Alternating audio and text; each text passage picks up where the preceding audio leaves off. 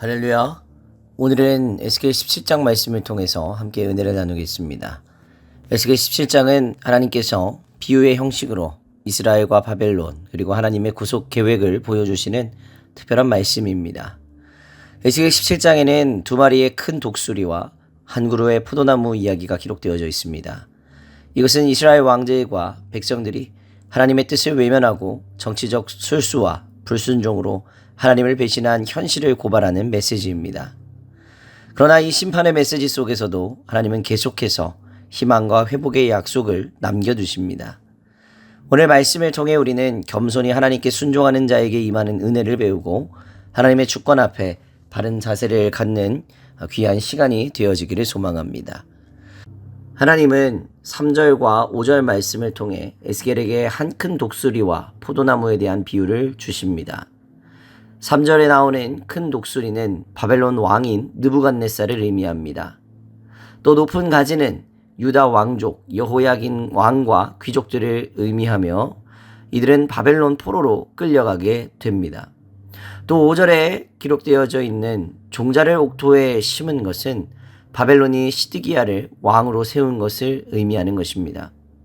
하나님은 바벨론에 의해 이루어지는 심판과 유다의 쇠퇴를 허락하셨습니다.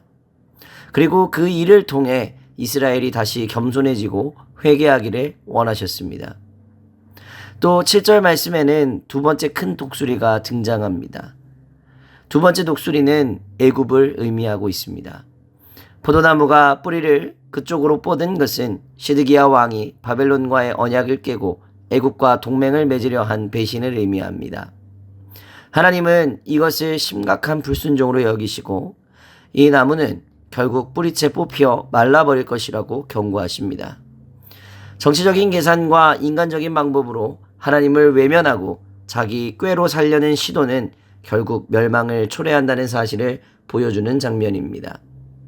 시드기야 왕은 바벨론 왕과 맺은 언약, 결국 하나님께서 허락하신 모든 질서를 무시하고 배신합니다. 하나님은 언약을 깨뜨린 이 죄에 대해 직접 심판하시겠다고 말씀하십니다.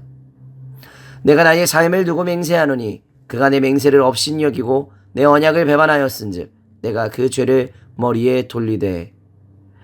이 말씀은 정치적인 실패가 아닌 하나님을 향한 배신과 불순종의 결과로 오는 심판임을 말씀하고 계신 것입니다. 그러나 이러한 절망적인 심판의 예언 가운데에서도 하나님은 마지막에 소망의 말씀을 주십니다. 내가 백향목 꼭대기에서 높은 가지를 꺾어다가 심으리라. 하나님은 스스로 한 가지를 꺾어 높은 산에 심고 그 나무가 자라 많은 새들이 깃드는 큰 나무가 되게 하시겠다라고 약속하십니다. 이 말씀은 장차 다윗의 혈통에서 오시는 메시아 곧 예수 그리스도를 예언하는 말씀입니다. 또 24절에 여호와는 높은 나무를 낮추고 낮은 나무를 높이며 라고 말씀하시는 것은 교만한 자를 낮추시고 겸손한 자를 높이시는 분이 하나님이라는 사실을 알려줍니다. 세상의 권세와 지혜가 아니라 하나님의 계획과 말씀에 순종하는 자가 결국 높아지게 된다는 것입니다. 오늘 우리가 의지하고 있는 것은 무엇입니까? 세상의 권력과 지혜입니까? 아니면 하나님의 말씀과 주권입니까? 오늘 말씀을 통해 겸손히 하나님의 뜻에 순종하고 주님의 구속 계획 안에서 살아가는 참된 신앙을 회복하는 귀한 하루의 삶을 살아내시기를 부탁을 드립니다. 오늘의 기도 제목입니다. 하나님의 뜻 안에 겸손히 순종하며 살아가게 하소서. 인간적인 꾀보다 하나님의 말씀을 신뢰하게 하소서. 하나님의 구속 계획 안에서 참된 소망을 품고 살아가게 하소서. 기도하겠습니다. 전능하신 하나님 아버지, 우리에게 하나님의 뜻을 따르며 살아가야 할 길을 보여주시니 감사합니다. 인간적인 계산과 욕심으로 살아온 우리의 모습을 용서하여 주시옵소서. 낮은 가지를 높이시고 겸손한 자를 사용하시는 하나님의 은혜를 바라보며 오늘도 하나님의 주권을 신뢰하고 순종하는 삶을 살아가게 하여 주시옵소서. 감사드리며 거룩하신 우리 구주 예수 그리스도의 이름으로 기도하옵나이다. 아멘.